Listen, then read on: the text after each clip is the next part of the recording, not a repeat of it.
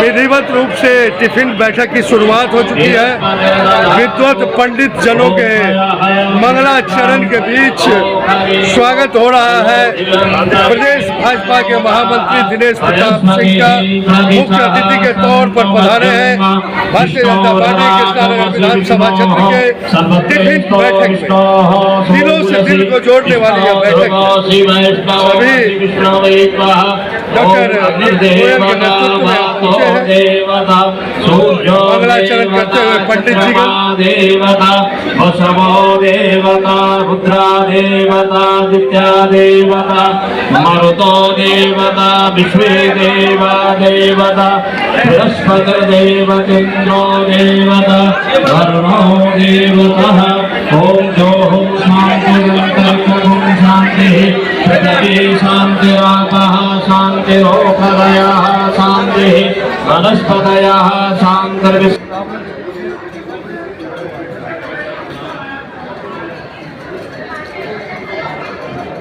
चौहान साहब जो खाना नहीं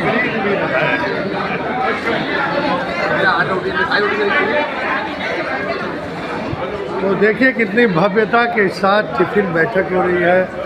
सब लोग आपस में घुल मिलकर भोजन कर रहे हैं, अपने अपने घर से लाए हैं टिफिन। प्रदेश भाजपा के महामंत्री दिनेश प्रताप सिंह, डॉक्टर अनिल गोयल, तमाम पार्षद और कार्यकर्ता पदाधिकारी यहाँ पहुँचे हैं। काफ़ी हर्षोल्लास के वातावरण में सभी टिफिन बैठक कर रहे हैं। धन्यवाद, थैंक यू।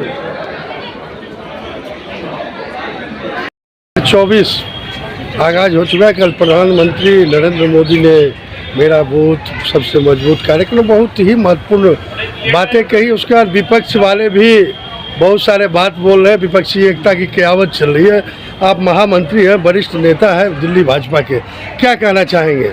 बड़ी बड़ी बातें नीतीश कुमार के नेतृत्व में हो रही है, महंगाई बढ़ रहा है, विधि व्यवस्था ठीक नहीं है, मैंने आरोप लगा रहे हैं भाजपा पर। देखिए, भारतीय जनता पार्टी कार्यकर्ता base party, cadre base party है और भारतीय जनता पार्टी का कंसेप्ट बूथ से ही है और हमारे प्रत्येक बूथों पे 11 सदस्यीय कार्यकारिणी, 21 सदस्यीय कार्यकारिणी है, बूथ के पालक हैं, बूथ पर हमारे BLO2 हैं, बहुत सारी व्यवस्थाएं बूथ पर हमारी रहती हैं। तो इसलिए भारतीय जनता पार्टी को कैडर बेस पार्टी भी बोला जाता है कि Bharatiya Janata party cadre base party है। तो जब हमारा बूथ मजबूत बनता है और जब हम बूथ जीतते हैं तो चुनाव जीतते हैं, तो बूथों पर काम पूरे भारत में भारतीय जनता पार्टी का मुझे लगता है कि अन्य सभी दलों से बहुत मजबूत है। रही बात तो विपक्षी एकता की, तो आपको ध्यान होगा, आप मिथिलांचल से हैं, अब वो हिस्सा जनकपुर चला गया है नेपाल में। पहले कभी वो मिथिलांचल का अंग होता था कि वहाँ भी माँ जानकी, माँ सीता के लिए एक राजा जनक ने बहुत बड़ी सभा की और स्वयंवर रचाया।